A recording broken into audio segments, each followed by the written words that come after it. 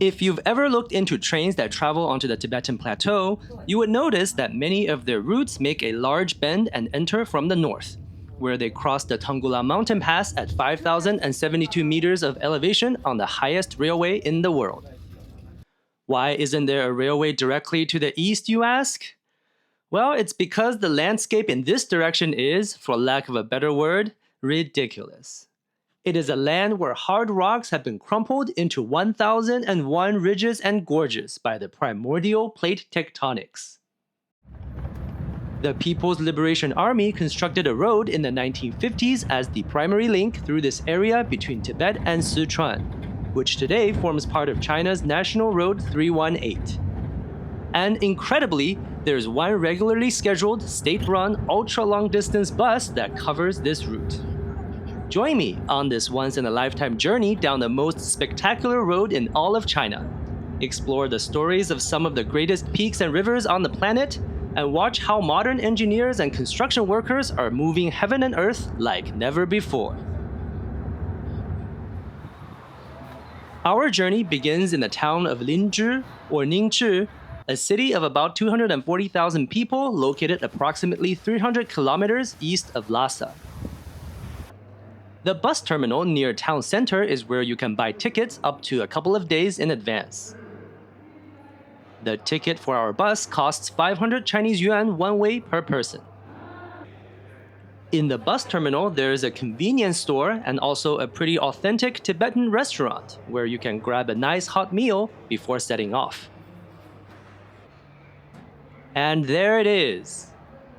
This unassuming six-wheeler manufactured by Yutong Bus in Zhengzhou is going to be the workhorse that would carry me 1,600 kilometers over the next couple of days.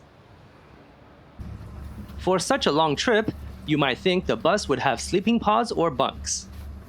But sleeper buses have largely been phased out in China due to safety concerns. So on our bus, the interior is actually quite plain, with just regular seats in a 2+2 layout. The seats are padded with a bit of a headrest. They do lean back somewhat, certainly not enough to lie flat, but otherwise plenty of space for me. There are seat back pockets to store small items. And that's about it for the amenities. There's no charging port, no Wi-Fi, and no onboard restroom. Whoever's taking this bus better have a power bank and bladder and glutes made of steel. In any case, our bus departed Ningzhi bus terminal at 7:30. Not long after departure, the bus crosses the Nujiang River, a major tributary to Lulang Tongmai, the longest river of Tibet. Ningzhi is at around 3,000 meters of elevation, and after getting out of town, the bus will be continuously going uphill through thick woods, with only fleeting views of the nearby valleys.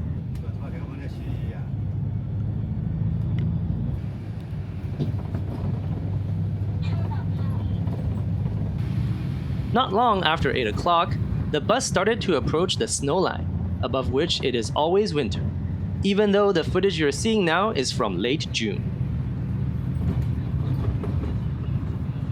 Herders are still active in this area, with yaks sometimes coming onto the road. Shortly after 8:30, we passed through Sejila mountain pass.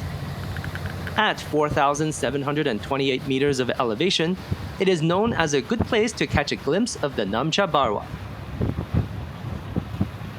Meaning sky-piercing spear in Tibetan, Namcha Barwa is traditionally considered the easternmost peak of the Himalayas and stands 7,782 meters above sea level.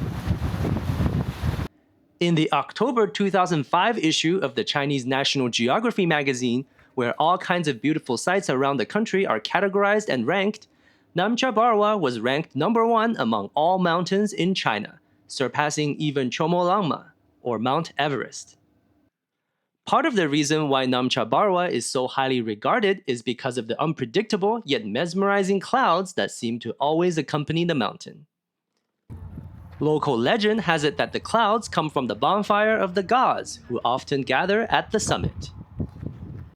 The mighty Lulang Tongmai flows around Namcha Barwa in a U-shape and cuts through the largest canyon in the world, more than twice as deep as the Colorado Grand Canyon in the United States. When the mountain does reveal itself, the view from Namcha Barwa's imposing snowy peak to the thunderous Yarlung below contains over 5,000 meters of vertical drop and is utterly breathtaking.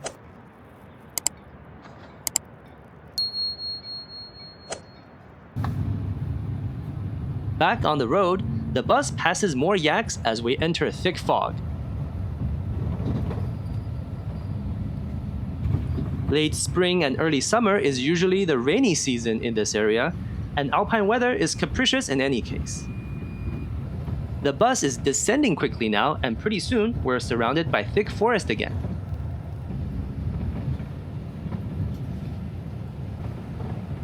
At 8:55, we enter the town of Lulang. At 3,370 meters of elevation, Lulang is a town known for ecological tourism.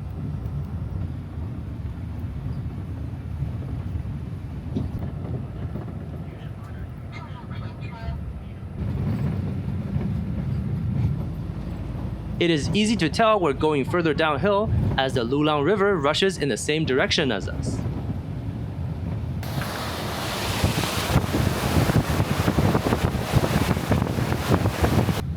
We come to our first pit stop surprisingly soon at 9:30.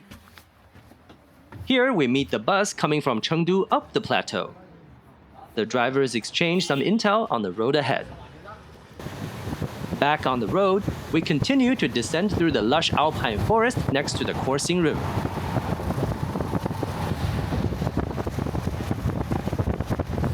National Road 318 near the town of Tongmai here used to be infamously challenging and dangerous, with the old 14-kilometer section taking 2 hours to cover even under ideal conditions. Frequent mudslides and falling rocks often caused accidents and closures. After a series of disruptions in the early 2000s, major reconstruction replaced the original winding road with bridges and tunnels in 2016. This section is now shortened to 5 kilometers and cars can pass through in just 20 minutes with relative ease, though the old Tongmai Bridge still stands as a relic of the past.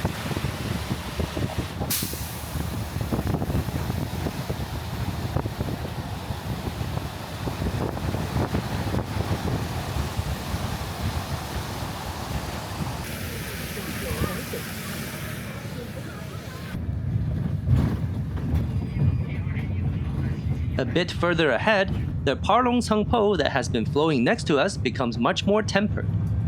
Some tour groups stop here to walk around and take photos.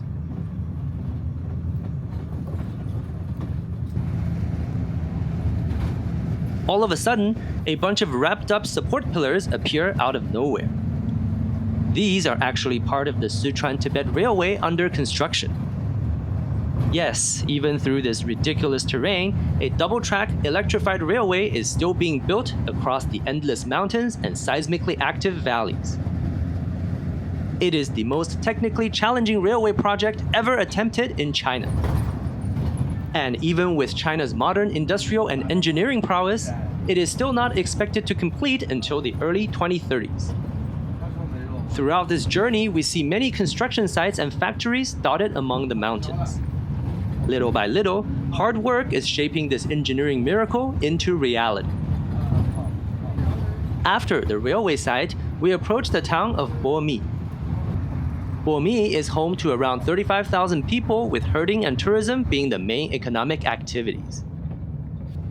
Elevation is in fact quite low here at about 2,700 meters, and moisture coming from the river valley gives the town a subtropical climate. We pick up some passengers here and also get fuel. Bomi also has a road to Moto County located further downstream in the Yarlung Grand Canyon. Because of its extreme terrain and remoteness, Moto is the last county in China to be linked into the national road network, having done so only in 2013.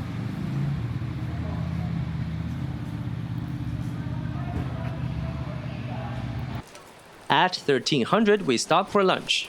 It's a Sichuan food restaurant and I get my meal for 25 yuan. We get underway again at 13:55. Soon we pass mountains in close proximity to a number of glaciers. In the same October 2005 issue of the Chinese National Geography magazine, Midui Glacier from this area ranks 4th among the most beautiful glaciers in China. While the large glaciers are not directly visible from Road 318, wintry magic visited us nonetheless, and it soon began to snow outside. We also ran into a traffic jam around 1500.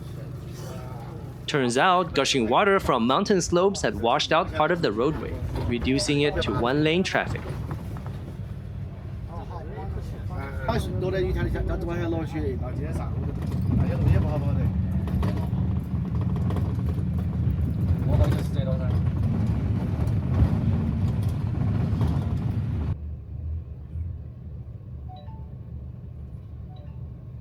Let me remind you again that this is late June at just 30 degrees north latitude.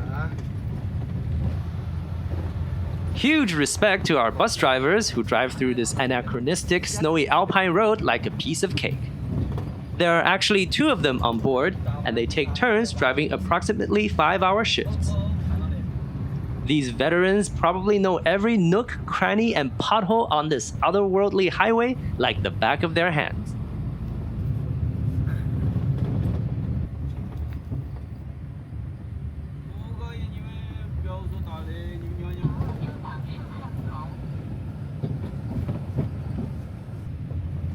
Around 1600, we drive past Ranwu Lake. At 3,850 meters above sea level, Ranwu Lake is a large barrier lake caused by landslides around the year 1800. It is famed for its milk-like color. About a quarter hour later, we enter the village of Ranwu, with a population of about 4,500. The ride is so bumpy here, you could probably pass a kidney stone.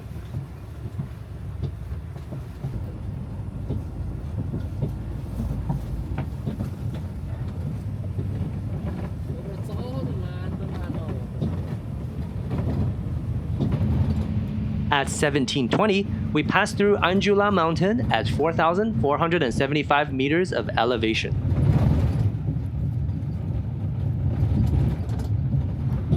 Here in the snow, there are still some yaks roaming the slopes. Shortly after 1800, it's another quick toilet break, then back on the road.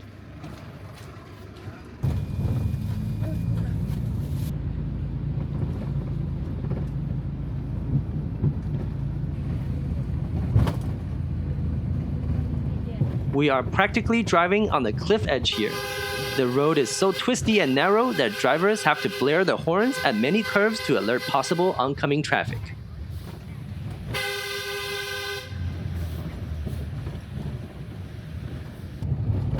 At 1934, we crossed the Salween River, whose upper section in China is known as Nujiang. The Nujiang Bridge crosses the river at an elevation of 2,740 meters. The current bridge was built in 2016. You can't see it from this side, but there is a lone pillar from an earlier iteration of the bridge that stands in the middle of the river. An unconfirmed legend speaks of a PLA Engineering Corps soldier who accidentally fell into the pillar as its concrete was being poured. His comrades desperately tried to pull him out, but in the end could only watch him slowly sink into the pillar. The remaining soldiers had no choice but to hold back their tears and continue pouring concrete to finish the job. Decades later, when it was time to replace the bridge, all of the old structure was demolished except this single pillar, which still stands today as a kind of tombstone and monument to the unimaginable sacrifice that made this road possible.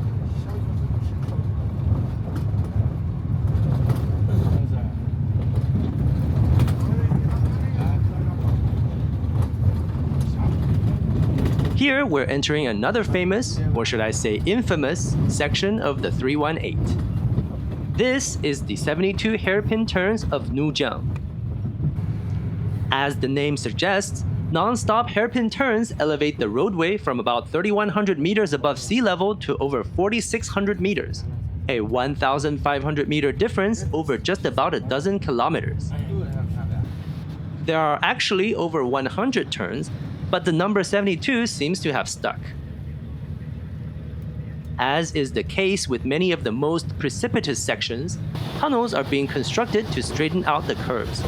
But for now, we still get to experience the thrill of this serpentine road. We're also entering an area known as the Three Parallel Rivers. Here, the upper reaches of the Salween, Mekong, and Yangtze, known locally as the Nujiang, Lancang, and Jinshajiang respectively, flow as close as 63.5 kilometers with each other while being separated by the core of the Hengduan Mountains with peaks over 6,000 meters high. After flowing so close for hundreds of kilometers, the great rivers dramatically diverge, eventually emptying into the Indian Ocean, South China Sea, and East China Sea. The extreme geology here also makes the area one of the most biodiverse regions in the world.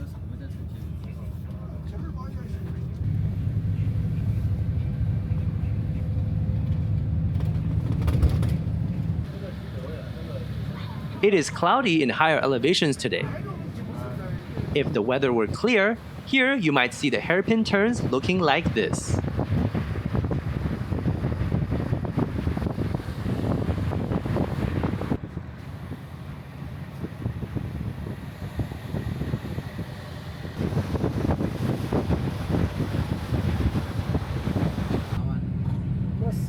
The sun started setting not long after 2030. At 2044, we crossed the Yela mountain pass at 4,658 meters of elevation. Around 2100, we enter the town of Bangda. I expected us to stop here for dinner, but the bus drove on.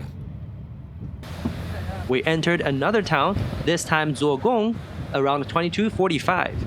Yet the bus continued to press on.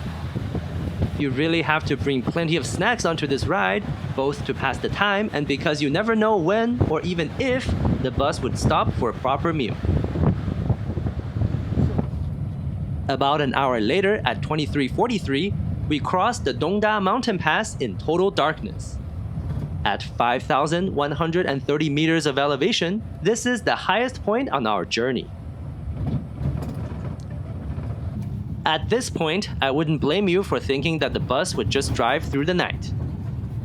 But for safety, large vehicles such as buses are actually forbidden on the road between 2 and 5 a.m. So we stop at the town of Rumei for the night at 1 o'clock. You'll have to pay separately for the room, which is 120 yuan. It's definitely nice to have a proper bed, though I only slept for about 4 hours here. It is only the next morning that I realized we spent the night right next to the Mekong River, whose upper section here is known as the Lancang River.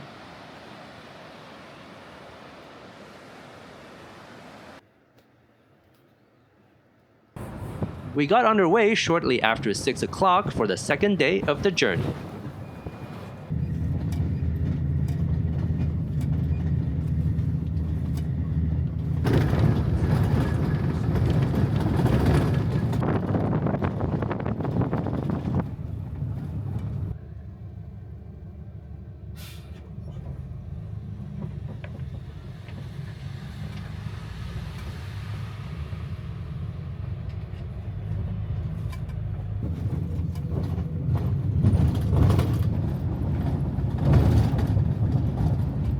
At 7:30, we briefly stop in the town of Mekong to pick up passengers.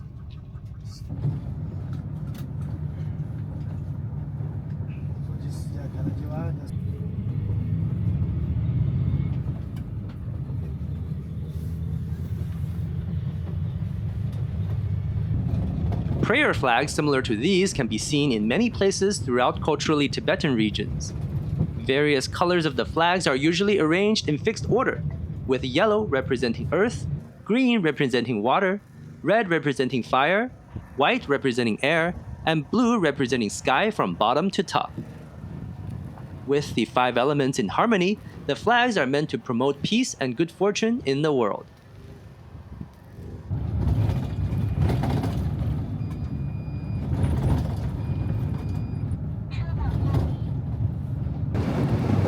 We are now closing in on Jinshajiang, the upper section of the Yangtze, China's longest river. The river is also the boundary between Tibet Autonomous Region and Sichuan Province.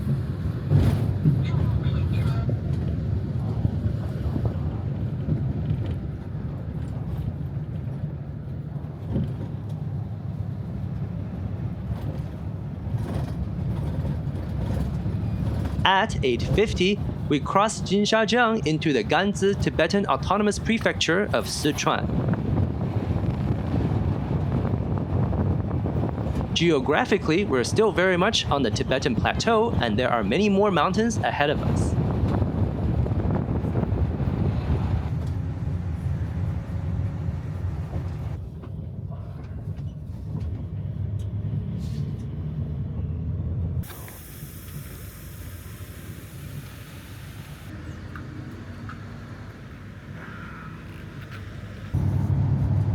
At 9:20, we make another gas stop in the town of Batang, with elevation of about 2,700 meters. We stop at the gas station for about 10 minutes. Batang has been a key stop on the historic tea and horse trade route for centuries and is today home to about 50,000 people.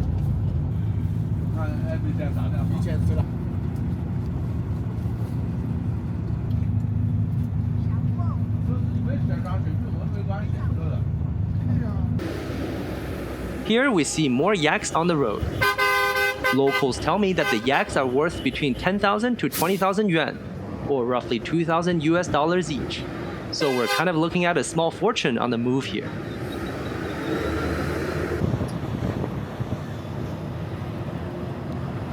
A bit after 11 o'clock, we pass the sister lakes at an elevation of 4,685 meters. Many tourists stop at the viewing platform to appreciate the mesmerizing lights reflecting from the water surface. Shortly afterwards, we enter the Maoya grasslands. Unlike the desolate snow mountains, here everything seems to flourish with vitality under the summer sun.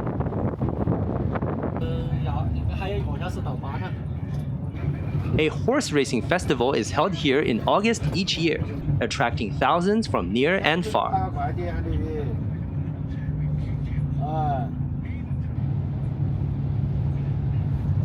Here we see again the Sichuan-Tibet Railway under construction.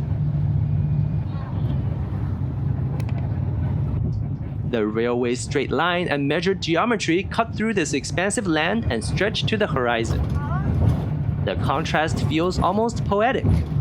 The timeless undulating earth meeting the deliberate precision of modern engineering, converging on a landscape of both past and future.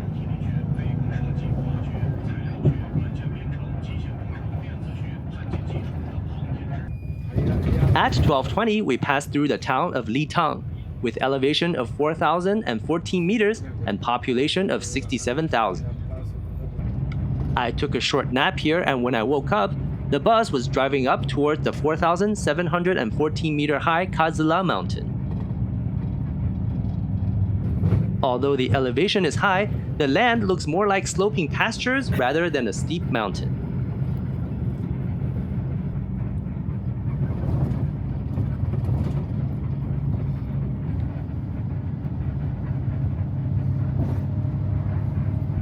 These stone piles are called mani towers, built by the locals as part of Tibetan religious practice.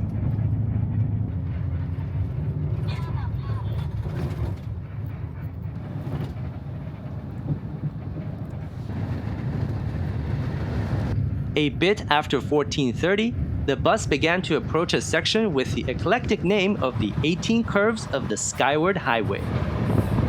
Look out the window and you see why. Road surface here used to be very rough dirt and gravel, but now it is fully hardened, and there are even a number of viewing areas.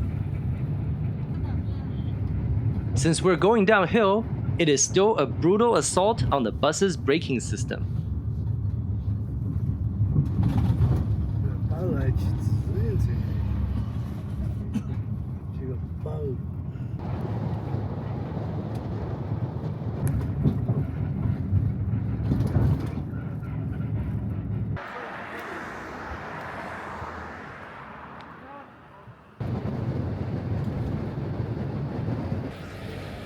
At 1518, we cross Yalongjiang. This river flows over 1,600 kilometers through multi-ethnic areas and is the longest tributary of the Yangtze. The Yajiang County we're passing through now is also known for producing high-quality matsutake mushrooms.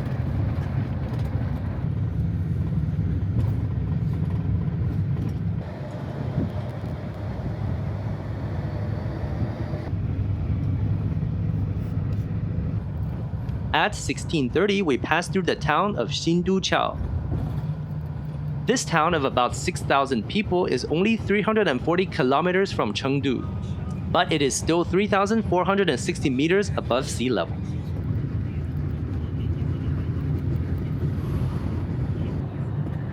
After about 1 more hour, we begin the drive up the Zheduo mountain.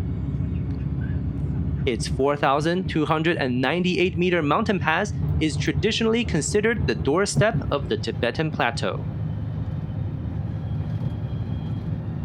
The bus gradually rises above the winding roads while the 1,000 kilovolt ultra-high voltage power lines glisten in the distance.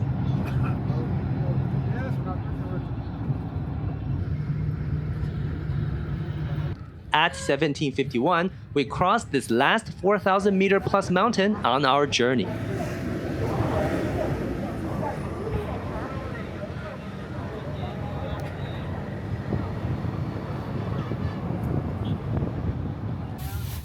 We're now rapidly descending down the slopes.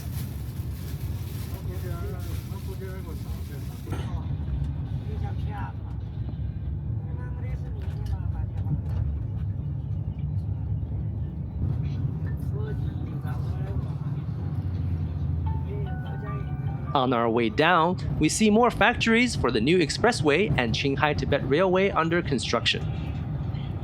Certainly, the new tunnels will replace the more dramatic and difficult hairpin turns in time. And as a commercial and practical matter, when the railway opens, this extreme bus route might just be cancelled altogether. So in that sense, this might really be a literal once-in-a-lifetime journey for me. I'm sure the railway journey would be a whole other amazing experience, but for now, let us simply enjoy the long way round. Before you know it, we're now approaching the town of Kangding. The name may not immediately ring a bell to non-Chinese viewers, but within the Chinese world, this town is almost universally known as the origin of Kangding Chingge, or the Kangding love song. The tune was originally a traditional folk song from the area. One story tells of a Tibetan girl named Lodro who sold rosin for a living. Her exceptional beauty was so renowned that every morning when she came out to sell rosin, the people of Kangding would all peer out of their windows and doors, hoping to catch a glimpse of her. It is for Lodro that the original tune and lyrics of the Kangding love song was written, according to this story. In 1947, Wu Wenji, a student from a music academy in Chongqing, traveled to Kangding and came across the folk song and subsequently introduced it to the rest of China. Kangding love song has since become one of the most popular songs throughout the Sinosphere and a representative of Chinese folk music around the world.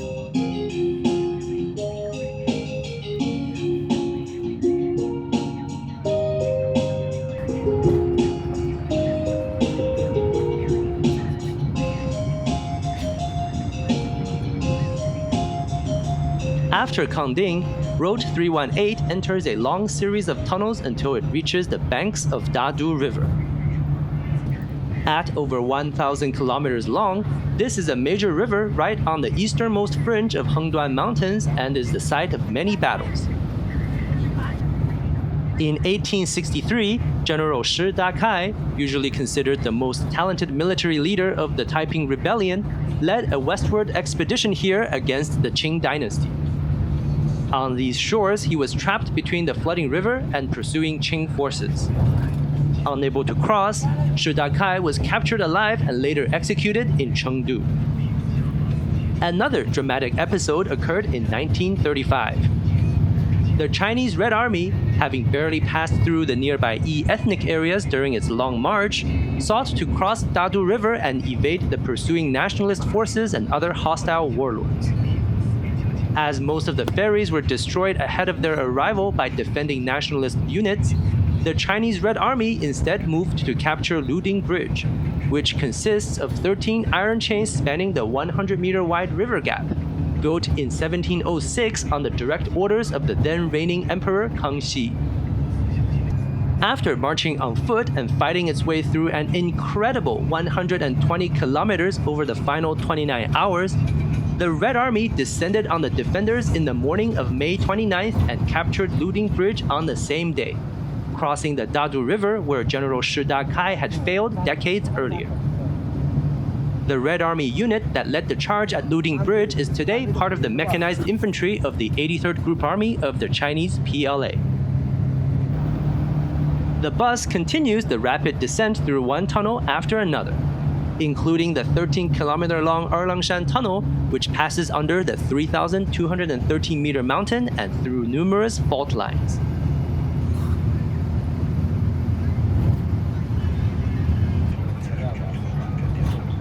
At 2006, we crossed Xinduqiao in the city of Ya'an at an elevation of just 580 meters. At 2122, we crossed the Min River in darkness.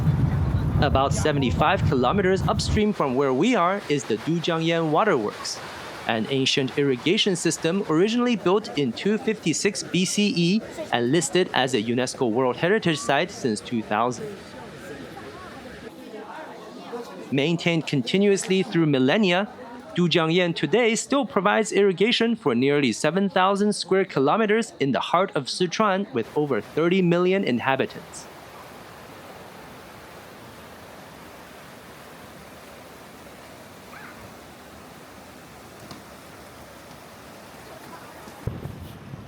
At 2142, we finally arrive in Chengdu near the Shihangang bus terminal, having covered 16,000 kilometers over more than 38 hours, including 5 hours of overnight stoppage.